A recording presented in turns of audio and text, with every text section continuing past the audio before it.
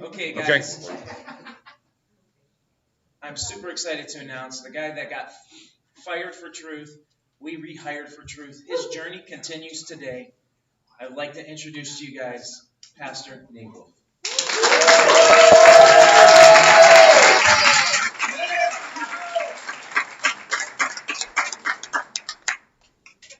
All right, I want to thank you guys for coming. I'm very excited about this talk. Love you, Nate. Thank you, love you too, Rick. You can blame Rick for a lot of this because he was one of the first folks I called after I got fired. And when I got off the phone with Rick, you remember what you told me? He's like, I'm going to call everybody I know, Robbie, Skiba, all these guys. He's like, everybody needs to hear about this. He's like, I'll call you back in a few hours. I was like, okay. And that was like, explosion. Okay. I know the PowerPoint is a little hard to see. And the reason is because I think the switch for the lights turns off all the lights. So we've got some film going on here, so we don't want to mess with the lighting. So if you can't see my PowerPoint and you would like me to email you a copy of it, just give me your email address. I'll send you the whole PowerPoint. All right, working on about 5 hours of sleep, but adrenaline pump, right? And the spirit. All right. Okay. Well, my name is Nate Wolf. If you're not sure about who I am and the testimony that I gave last night, you can watch the playback on the video. In a nutshell, 2017 spring, I got smacked by Robbie's documentary, A Global Lie, and went down the rabbit hole with Flat Earth and was preaching in the Toledo area for about 7.5 years. Found out about this conference in 2018, beginning of August, like less than a month before it happened. Wife said, man, we got to go check this out. It's only about an hour away. I said, yeah, let's do this. Came here, was blown away. We thought, okay, there's a reason why we came to this thing. We just knew it, but we didn't know what that was. What does that look like is what my wife always asks. What does that look like? And so we prayed. Okay, Father, if there's something you need us to do, we're willing, but we have no clue. We didn't want to move. We didn't want it to be us. We wanted to only do this if this was something that he said, go do this. And he answered that prayer 3 weeks later, not the way that I would have expected or hoped for, but got a text message on a Friday morning, a text message from the elders said, in an hour you will be meeting with us at the building. An hour later, I was fired for association. But a lot has happened since that time, and I've been given a new ministry. And even though my family has been through some stuff, we've experienced some trauma and some loss and challenges, but we're far enough out now that we've seen a consistent faithfulness of the Father to take care of our physical needs, to help us with our emotional issues, and to just continue to fuel us on this journey. So I praise the Father for that. And I want to share a little bit of background here, but I've called this a journey to the Father's truth. Because most of you, if you know me, you know me as that flat earth pastor that got fired. But I think there's more to the story than that. And when we came to take on the world in 2018, one of the things that was amazing about the conference were the people. And everybody we met were very nice, and we got, we just had a good feeling about the people here. But it didn't feel really like a conference. It felt more like a church fellowship or something, like a family. And of course, there's all these crazy, Torah observant people running around with these tassels and all kinds of stuff that I had no idea about. But I tell you what, there was something about the spirit in this place that was very attractive. And I told my wife, I said, well, I don't know what all this stuff's about, but these people seem to believe that it's the truth, and they have a joy about it. And it was different from what a lot of people told me. Oh, well, stay away from Torah because it's this, that, and the other, and it's legalism. And I didn't see that. I'm like, wait a second. I'm going to go to the horse's mouth, right, and not what somebody says something is. And so we, for the last 10 months, have been on a journey, and I haven't been shy about it. Some of you that have followed my live streams, I've been saying for months, I'm going to vet this. I'm going to be a Berean and study this out. We're going to pray about it. We're going to talk about it. And if this is truth, we're we're going to follow it. If it's not, hey, we're not hurt because we've gone to the Word, we've tested something, we've discussed it with others, and we'll move on. But I want to share some background. So this presentation is really about that aspect of this journey. And I know for some of you that's going to be like a shocker. Some people saw me wearing seats yesterday, and some people cried and ran up and hugged me. And some people gave me a look like, what is Dave wearing? Where am I? But I want to start with the background a little bit of my life. I moved to Alaska in 1976, Anchorage, Alaska. I was 3 years old. My dad took a job up there, and so our whole family moved up there. And I grew up elementary school, middle school, high school, up in Alaska, a place of adventure. Did a lot of fishing, camping, outdoors kind of stuff. In high school, I met my wife, Jennifer. We had a mutual friend. I've been friends with him since 4th grade, and he approached me one morning. He's like, Nate, I want to go say hi to this girl named Heather at the locker. Well, she's got this friend named Jennifer who's always with her. And he's like, I don't want to go by myself. I need a wingman. So he says, if you go with me, I'll introduce you to Jennifer. I said, I got nothing to lose, man. Okay. So long story short, I got introduced to Jennifer. I really liked her from the start. And it took months and months to convince her that I was the one for her. But I asked her out to date twice. And the first 2 times she gave me the let's just be friends talk. But I didn't give up.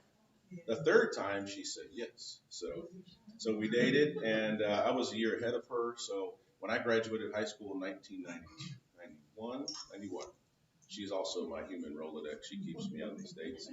She kept changing dates in my book because I'm like, and such and such happened. She's like, no, that wasn't that year. It was this year. I'm like, thank you, because I don't want to falsify information in my book, But we got married right out of high school. I waited a year and worked and just kind of hung around, waited till she graduated.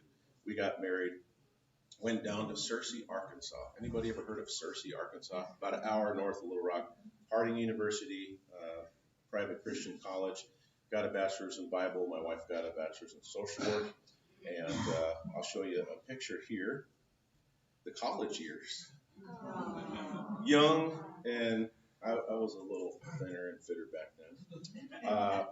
But we moved back to Alaska, and I actually had an emphasis on youth ministry. I had a Bible degree in the preaching and all of that, but I really wanted to work with youth. And so we moved back to Anchorage, Alaska in 1996. And wouldn't you know, none of the churches that I had done some volunteer stuff with wanted to hire somebody. And there was these things called student loans that come due 6 months after you leave school. So I had to kind of go into the secular field. And so I still wanted to help people. I still wanted to work with families and children and all that. So I did some various work in that arena. I was a social worker for the state of Alaska for a few years. I also did investigations for child abuse and neglect and all that stuff. That was a tough job. And then I got a wild hair and decided I wanted to become a police detective because I had worked some cases. Whenever something was a potential felony, it also got referred to local law enforcement, not just the Division of Family and Youth Services. So some cases I would work with detectives. And I got to know this one detective named Dave, and he said, Nate, he's like, would you rather go to petition a magistrate to get something on behalf of a kid or to protect someone from a perpetrator, or would you rather go and arrest the bad guy and throw him in jail? And I was like, and carry a gun and drive fast in your car. And I was like, I'm doing this wrong. So I entered into the Anchorage Police Department Academy in 2000, did a 6-month academy. I did some field training and ended up, out on patrol. And that's a whole other story, but let me show you. Boy, there's a young Nate right there. I was just a kid. I was 28 years old. I was just a kid. But about 5 years after we moved back to Anchorage, and I was a cop, and I thought I'm going to be a Christian cop for 25 years and then retire and go camping and whatever else if I don't get shot. And I had a week or so where I felt off. Something was wrong in my spirit, and I couldn't focus on my job. And I'm like, you know what? My officer safety is terrible. I'm putting myself at risk because I'm not focused. I'm putting my fellow officers at risk. I'm putting the community at risk. I'm a nice guy and I was well trained, but trust me, during that 2-week period, you did not want me helping you out because I just was not focused. And so I thought, what is going on? I got a phone call from an old friend in Arkansas, youth ministry buddy, and he calls me up one day and he goes, Nate, how's your faith? And I'm like, I haven't talked to you in 5 years, and you say, how's your faith? Like, I thought, how gushy, how rude. But you know what? I'm thankful that he asked me that question. He got right down to brass tacks, And I was like, well, I'm doing this, that, there. And he's like, well, why aren't you in ministry? And I'm like, well, because God won't give me a job in ministry here. And it hit me after then a police lieutenant. He caught me after roll call, and he's like, Wolf, he's like, are you okay? I'm like, yeah, man. He's like, well, something is wrong with you, man. He's like, I don't want to cry. He's like, you got problems at home? I'm like, no, man, home's great. He's like, well, I'm taking you to lunch at 1 o'clock today. He's a lieutenant. I'm a rookie. I'm not going to say no. I'm not going to lunch with you. So I went to lunch with him, and he said, tell me your story and what's going on. I told him, and he goes, I thought he was going to be upset. And he goes, it sounds to me like you know in your heart that you need to be in ministry. And he's like, I think you need to, take a serious look at that.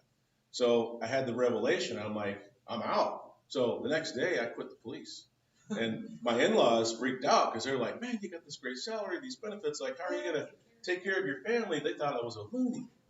And I said, no, I know what I need to do. And I know that the Father is going to show me what that is. Within a week, I had a phone interview with a church in Midland, Michigan. And within a month, I was hired as a youth and family minister. So we moved from Alaska to Midland, Michigan, did that for 2 years, and then I got a bug for preaching. So we moved to Lewiston, Idaho, in the Snake River Valley, and I preached out there for 8 years. And then in 2011, we moved to Toledo, Ohio, and I began preaching there for a local congregation. But I'd always been a person who was open to truth seeking, and I always tried to check my own doctrine and teaching, and I was very concerned about the scripture that says that teachers will incur a stricter judgment. And not just a fear, but I wanted to be able to teach people the truth. I don't want to spend and invest my time, being false, even if it was sincere falsehood, right? And so for over 25 years, I've dove into different subjects, and Jennifer can tell you, a couple times a year at least, I'd be reading 3 or 4 books on some subject that was out of the mainstream. And she'd brace for impact, we'd have discussions. And sometimes whatever I discovered changed my view or our view. And sometimes I came full circle and I said, no, that's not biblical. No, I'm not going to change because the Word says this.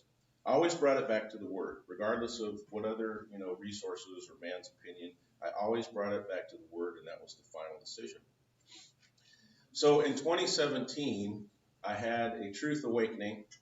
As many of you heard, I was preparing a lesson for a church in Michigan on the flood. They had invited me to come up, and they wanted me to show what was going on with the flood. So I prepared for that. I finished up a couple months early, and so I was on YouTube watching a few videos on the flood. And all of a sudden, this thumbnail pops up in the sidebar, and it's this global lie. And I'm like, global lie? That doesn't sound good. What is that? I had been in a mindset that year in some of my teaching and preaching, I had been exposing about Satan, about his influence, about deception, about truth.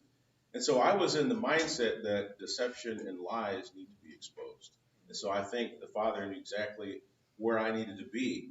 And this was back when, of course, YouTube was going to give you the good stuff, right? It wasn't buried. It wasn't the false stuff. I watched this video, scripture after scripture after scripture, in this documentary. I'm just like, well, I don't know what's going on, but I can read scripture, and he's sharing truth, but I don't understand. How is this the truth? Like, I read this 100 times, and what did I miss? So I finished the doc, and I'm writing scriptures down, and all of a sudden now I'm getting videos, recommendations that actually had flat earth in the title. And I'm like, flat earth, what's that? I had made the connection, Robbie. Just like, okay. So then I go down the rabbit hole. And after several weeks, Jennifer's down the rabbit hole with me. And we find out about this conference in 2018, and we make plans to come here. And man, it was crazy. I always been a truth seeker, but Take on the World Conference blew us away, and we prayed a prayer when we left Sunday night, 11 p.m. Okay, Father, what are we doing here? And we're willing, but we need you to show us because we're not going to move until you say move. So 3 weeks after the conference, September 14th, I'm coming in, waking up. I'm getting ready to go in on Friday morning. Got my sermon all ready for Sunday. It's been a great week. We've been in fervent prayer. I've been talking with different speakers. And I followed up with Chad Taylor, who had been praying for me. And he was like, hey, how's it going? And I get a text message, hey, in 1 hour you're meeting with all the elders at the church building. And I'm thinking, that does not sound good. I wasn't born yesterday. This ain't my first rodeo, and whatever other cliches you want to put in there. And I said, I called one of the elders, not the one who texted me, because I thought, I've known you for 7 years, and you're going to send me a text message, not even a phone call. I thought he was a chicken. I'm going to call somebody else. So I called this guy. I said, it sounds like this is an ambush, and I don't like ambushes. Well, let me call you right back. Because I told him, I said, unless you tell me what this is about, I'm not coming to your meeting. Because I was to the point where, homie, don't play that. Remember that? And I was like, I've been fired once before in ministry, not for Flat Earth, and it was an ambush. And I told myself I'm never going to allow someone to do that to me again. And so he calls me back after conferring with his buddies, and he says, I can't tell you what it's about. He says, we are all going to meet at the building at 9, and it's up to you if you want to show up. That's when I knew I was getting fired. I was like, if I don't show up and they don't care, that means I'm gone. But we went in. Jennifer was on her way to work. She whipped a UE in her car and probably drove back about 90 miles an hour. So some of you have been following me on social media and YouTube and even maybe Facebook since that happened. Some of you know who Con Ev Art is. He's done a lot of amazing art, and some of our beliefs don't coincide, but he's a decent guy. I'm going to show you a piece of art. He did a caricature of me right after I got fired. This one I just found on the internet. This one was not his work, but this is basically how it went.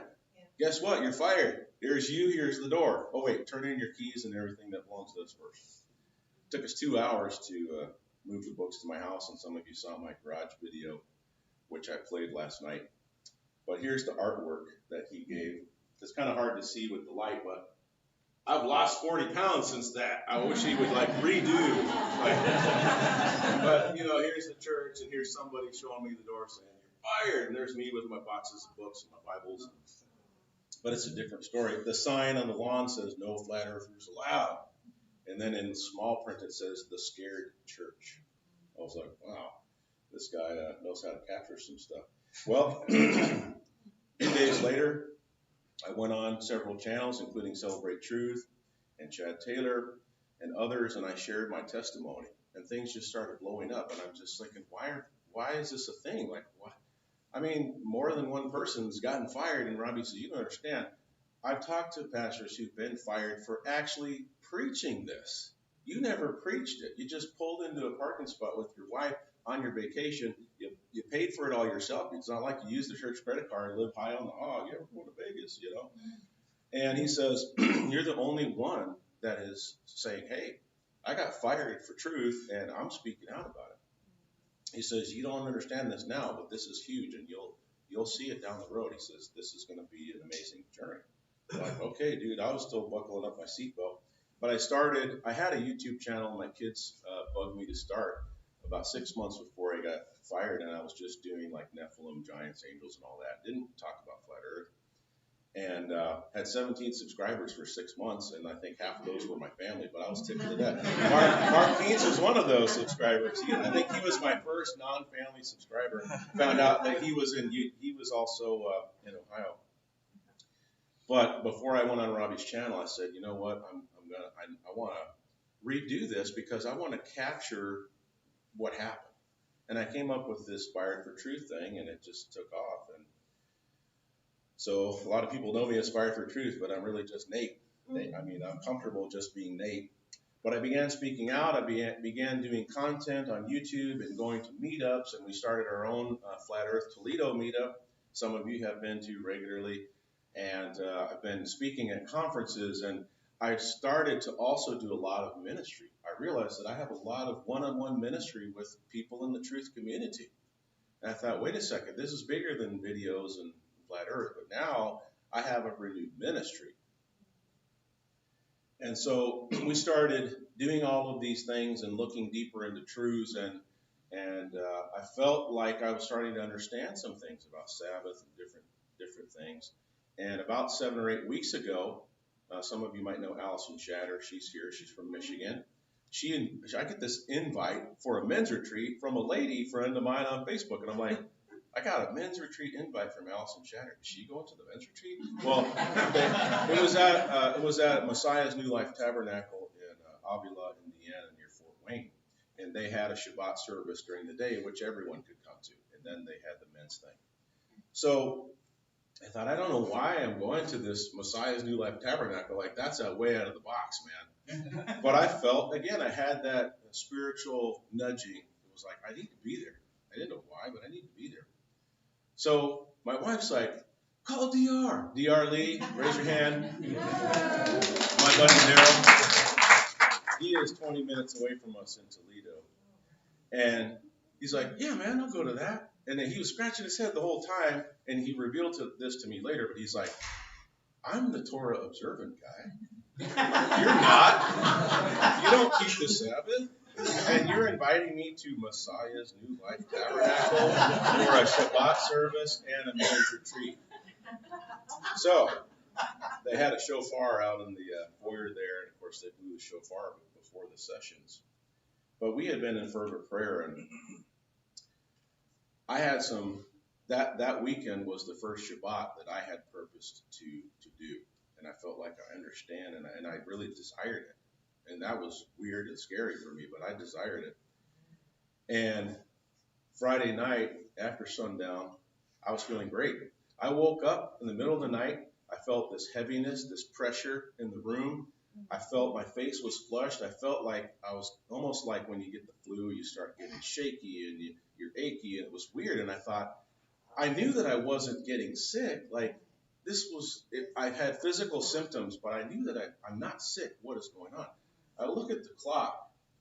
The clock was exactly 3 o'clock in the morning.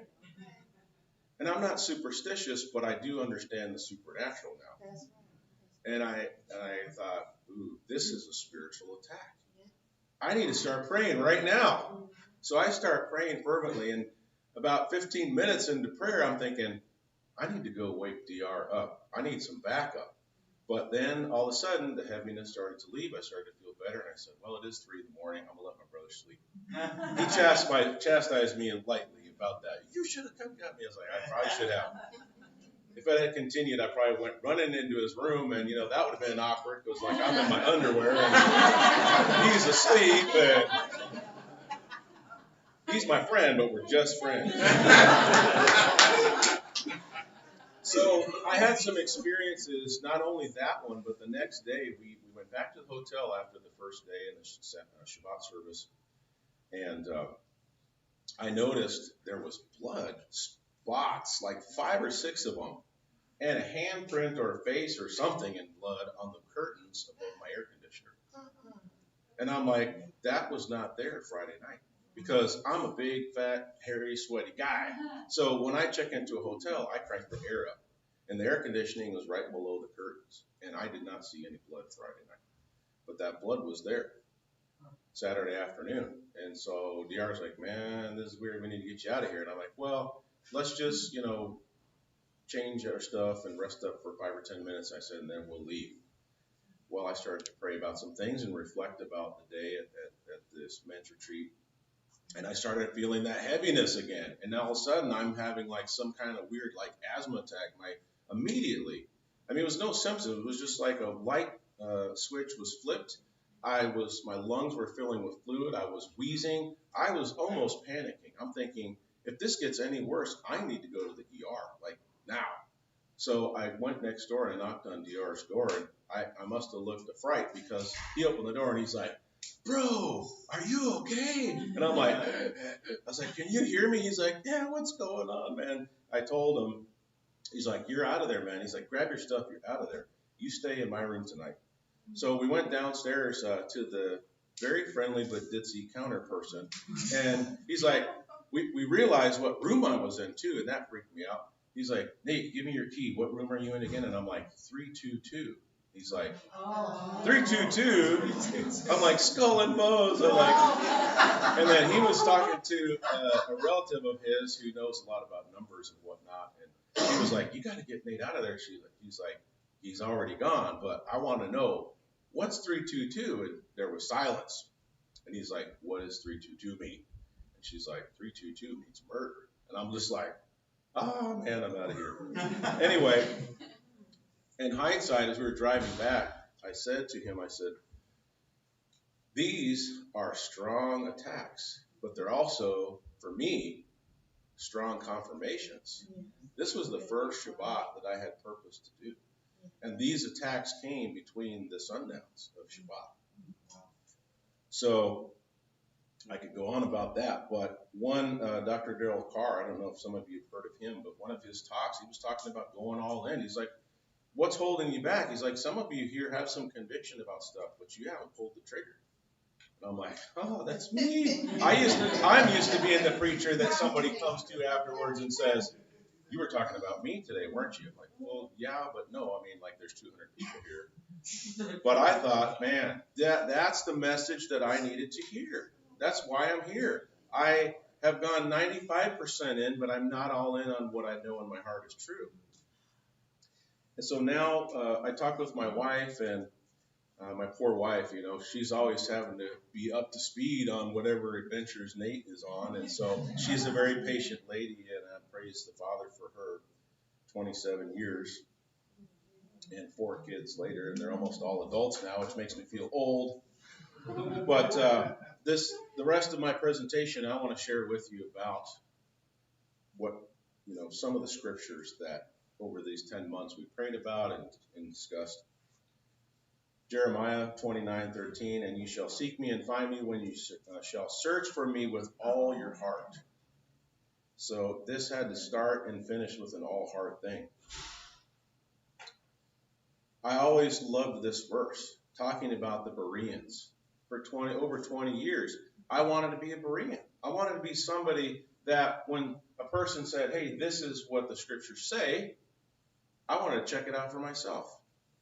And so I treated this no different than any other truth journey that I had been on, except for fervent prayer. There was fasting involved. There were some of these other amazing experiences that I had. How about this one? Most of us could probably quote this one in here. But I was like, all scripture. Now, when Paul wrote this to Timothy, what was scripture? Wasn't the New Testament. That was kind of like baked my noodle. I'm like, wait a second. All scripture is profitable for all these things? Like, okay. Man, I'm not even paying attention to the time. Don't worry about it. Okay, keep going. Preach on, brother. How about this one? Now, 2 years ago, I had struggled one day with this verse. Something struck me about this. I'm like, I was looking in my Bible software, and I'm like, first day of the week. And I look in the Greek, and it says Sabbaton. I'm like, I'm not a Greek scholar, but I know what Sabbaton means. It means Sabbath. And I'm like, first day of the week, but yet it's Sabbath in the original language. And of course, I went to some commentaries so they could explain what was going on. And they had an explanation for it, but it didn't sit right with me. I'm like, that sounds like a bunch of hooey. And so I prayed about it, and I studied, and I talked to my wife, and probably drove her crazy. And she's like, well, what are you going to do with this? And I'm like, I don't know. I'm stuck. So I just dropped it. This was even like, it was right around the time that we came to Flat Earth, but it was way before all this other stuff. I didn't know what to do with it. I'm like, whatever. So then I heard one of Rob Skiba's talks, and he was saying the same thing. And he was showing in the book of Acts where almost all the other instances of Sabbaton was Paul was in the synagogue on the Sabbath. The Gentiles were there listening to Paul on the Sabbath. Sabbath, Sabbath, Sabbath, Sabbath. But now all of a sudden it's first day of the week. Well, the word day is not even in the original language there. And the word that they translate first is probably better translated one of, on one of, or on the first of the Sabbath. So it hit me about 6 or 8 weeks ago. what most English Bibles have translated is not true. And I thought, wow, I waited almost 2 years to finally understand what was going on. Well, we started talking with our kids. We had some dinners on Wednesday nights, and because, our kids are going everywhere now, we said, look, we got to have at least one night where we can get everybody together. So we started sharing with the kids, and, they've been through a lot this year, a lot of changes. The last thing we wanted to do was traumatize our kids because others have traumatized them. I didn't want to traumatize my kids further, right? But we also felt a burden that if this is the path that we're going to be on, we've got to bring them up to speed. But we wanted to have discussions and to share scripture. So we began sharing with them about the Sabbath. And what clinched it for me was people say, oh, well, that's for the Jews, Exodus 20. Well, yes, but no. I was back in Genesis, and I'm like, wait a second. The Sabbath was an actual day set apart. There were no Jews in this. And I'm like, oh, wait a second. And I'm always preaching to people saying, Genesis is the foundation. Genesis is the foundation. And so I'm getting smacked with Genesis is the foundation. And then, of course, I did go to Exodus 20, right? Remember the Sabbath. And when you look at this, it's the only commandment that says remember. And it's got the most coverage. It's several verses about it. I'm like, wow. And then this one got me. I'm like, man, Isaiah 66. And the context is the new heavens and the new earth. Well, as far as I know, we're not in the new heavens or the new earth yet. And it says, it shall come to pass from one new moon to another and from one Sabbath to another. Why didn't they, translate it? And from one first day of the week to another. Shall all flesh come to worship before me, saith the Lord. And so it dawned on me, I'm like, yeah, we have Exodus 20, but we have Genesis 2, and we have prophecy. And the context is clearly new heavens, new earth. Man, I was blown away. How about this one? I've wrestled with this for years, even way before flat earth. I'm like, something just doesn't make sense. A lot of people translate this something like this. Think not that I have come to destroy the law of the prophets. I did not come to destroy, but to destroy.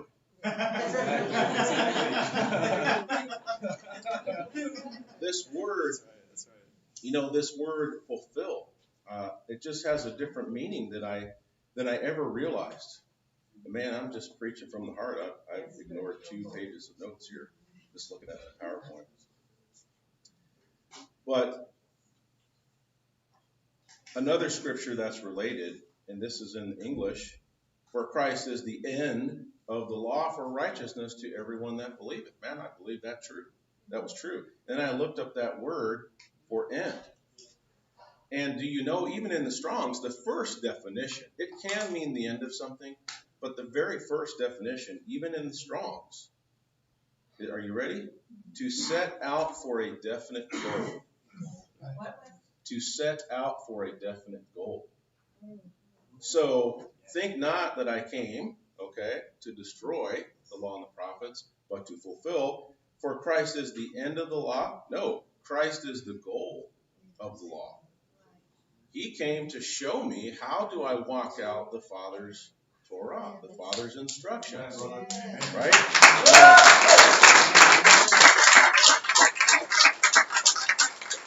When I say Torah, I'm not talking about what many different groups and camps version of it is, but I'm talking about actual instruction from the Word, right? So just to, don't brand me as this camp or that camp. I'm in the Father's camp. That's my goal. Context is key. What makes more sense? Christ, who came from the Father and came and said, I only speak what the Father told me to speak, and kept all the Father's commands, he came to end the Father's commands.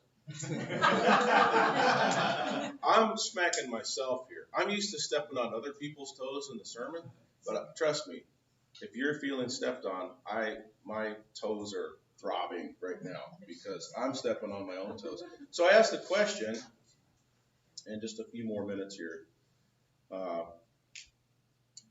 Here's 1 John 2:6. He that saith he abideth in him ought himself also so to walk, even as he walked. I've read that hundreds of times. I was walking as he walked in many ways. But I was not fulfilling this, I think, in the true full context. So how did Messiah walk? That begged the question. He walked in his Father's commands. He kept the Sabbath holy, set apart. He observed the feast days. And he walked in love. You know, Scripture also says that love is the fulfillment of the law, the commandments, the Torah. So we're not disconnecting. It's not this or this. It's together. It's like Ephesians. Speak the truth in love. Some people want to just love, love, love, and they don't care about the truth. Other people speak the truth, and they're jerks, and there's no love. And they're happy when people suffer, and they make videos about it on YouTube. About this. Whosoever committeth sin transgresseth also the law, for sin is the transgression of the law. Man, I got smacked with this verse 1 billion times on Facebook Messenger. This one as well, Revelation 14:12. Here is the patience of the saints. Here are they that keep the commandments of God and the faith in Jesus. Now, I was keeping a lot of commandments. I was actually keeping a lot of the Torah and didn't even realize it.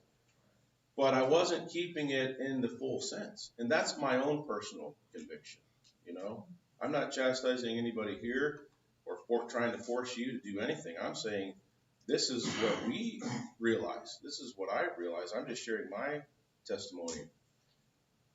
John 8:31 and 32, often quoted. If you continue in my word, which would include the commandments, right? The truth will make you free. So here's my question for you in closing. Where are you on this journey? I don't know why you're here, how you got here. Some of you on a wing and a prayer and gas fumes, but you made it. Some of you are thinking, I don't know how I'm getting home. I'm going to have to just stay at Beulah Beach all year. And all I'm saying is each one of us is on a journey or various journeys, multiple journeys. I didn't do it right or perfectly. I'm still not right or perfect on everything. But if I could give you two things, humble yourself and pray fervently.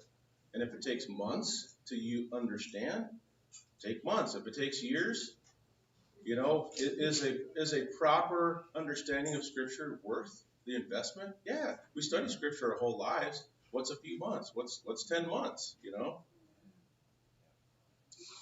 Jesus saith unto him, I am the way, the truth, and the life. No man cometh to the Father except by me. So, a journey to the Father's truth. If I can be of encouragement to you, I'll do everything I can. I'll pray for you. I'll talk with you.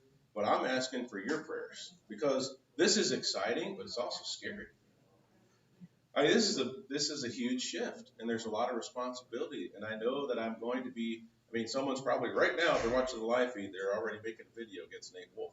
But you know what? They've been making videos against Nate Wolf for 6 months. So I came to the point at the men's retreat where I said, who am I trying to please?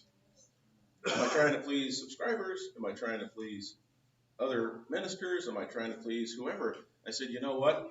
When I came to this truth and I had no fear whatsoever about what man would think, that's how I knew that I was finally all in. So I thank you guys so much.